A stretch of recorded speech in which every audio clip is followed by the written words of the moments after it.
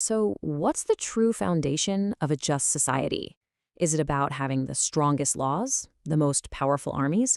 Or is it maybe something deeper, something rooted in the human spirit? Today, we're diving into the era of the first caliph, Abu Bakr, to really get a handle on how a leader's inner world, their own personal devotion, can shape a public legacy of justice. How did one man's faith become the blueprint for an entire society? Well, let's find out. This right here, this was the perspective of Abu Bakr himself. And it's not a boast about power, is it? It's a really profound reminder of how temporary it all is. For him, all the walls in the cities built by powerful rulers were just illusions. The real foundation had to be something that could last, something that could withstand not just time, but eternity. And that mindset, it's going to shape every single decision he makes. So yeah, to get why he did what he did in public, we have to first understand what he believed in private. We're going to take a look inside the inner compass that guided him, and it all kicks off with this powerful metaphor he used to see the world. And there it is. So simple, but wow, so deep. For Abu Bakr, all the challenges, the temptations, the distractions of life, that was all a kind of darkness. The only way you could see clearly, the only way to make the right call was to carry your own light. And that light was taqwa, which is more than just piety, you know? It's this living, breathing awareness of God's presence. And this wasn't some abstract idea. It was a practical tool for getting through the messiness of life. And look at this. He breaks it down with amazing clarity. This wasn't some fuzzy concept. He named 5 specific kinds of darkness and the 5 lanterns you need to light your way through them. Love of this world, that's a darkness, but piety is its light. Sin is a darkness, but you know what? Repentance lights up the path back. Even the darkness of the grave is lit by that declaration of faith. It's like a complete spiritual roadmap for the whole human journey. And the spiritual light, it wasn't just about avoiding the dark parts of life. It was all about balance. Abu Bakr was constantly telling the community to hold on to 2 powerful feelings at the same time: hope in God's incredible mercy and a healthy fear of his justice. That's what keeps you grounded, right? You never get too comfortable, but you also never fall into total despair. And he wasn't just making this up. He was pointing directly back to the Quran, reminding them of the example of the prophets. This verse describes them as rushing to do good things, all while calling on God with both hope and fear. This balanced devotion, as he saw it, wasn't passive at all. It was the very engine that drives people to do the right thing.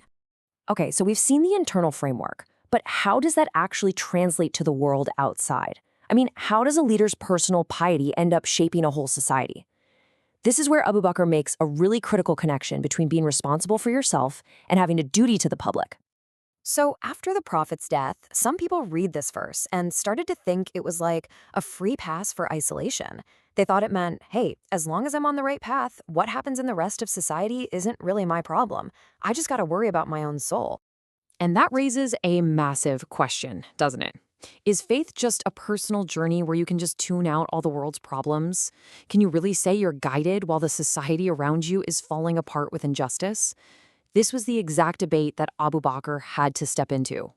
And his answer was immediate and crystal clear. He stood up in front of everyone and corrected this misunderstanding, quoting the Prophet Muhammad himself. He explained that being guided doesn't mean you're immune to what happens in society. Actually, a huge part of being guided is the duty to stand up when you see something wrong. Personal piety and public responsibility, they're 2 sides of the very same coin. And that principle, that your private faith demands public justice, led straight to the next step, creating a formal system to make sure that justice was upheld. So how did Abu Bakr turn this powerful idea into a real working system? Okay, so the first thing to get is that Abu Bakr's goal was not to innovate, it was to preserve. The community was still fresh from the Prophet's guidance, so continuity was absolutely everything. A new system might have split everyone apart, continuing the one they knew provided stability.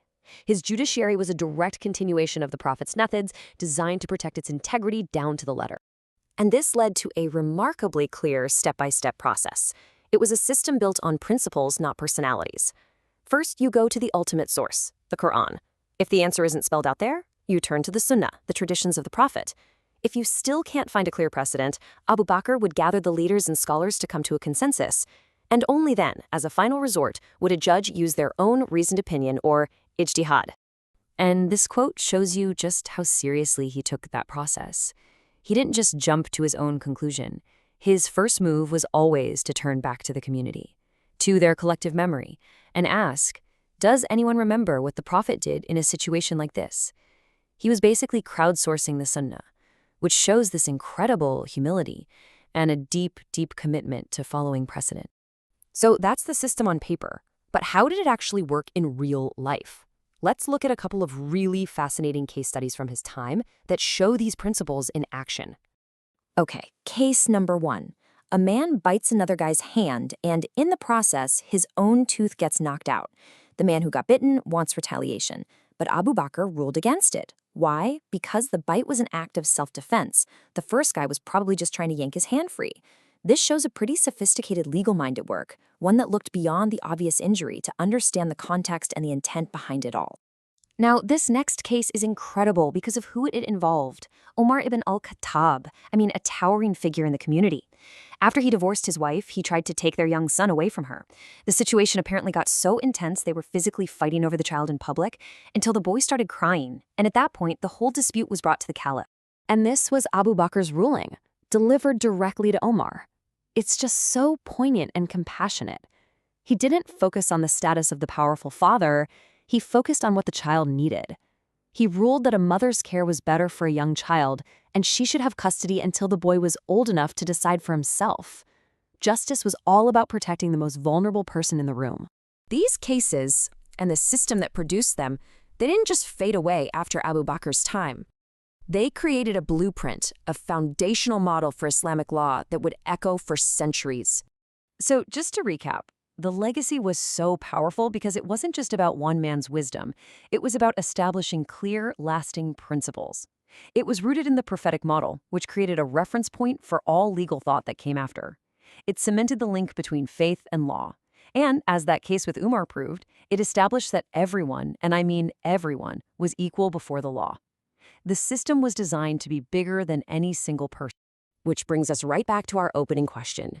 The era of Abu Bakr gives us this powerful model where justice isn't just a set of rules, but a direct reflection of a leader's inner compass. It suggests that the most just society is led by people who see power not as a prize to be won, but as a profound responsibility, lit by a light from within. And that leaves us with one final thought. What can we learn today from a model where public justice is so clearly a reflection of private integrity?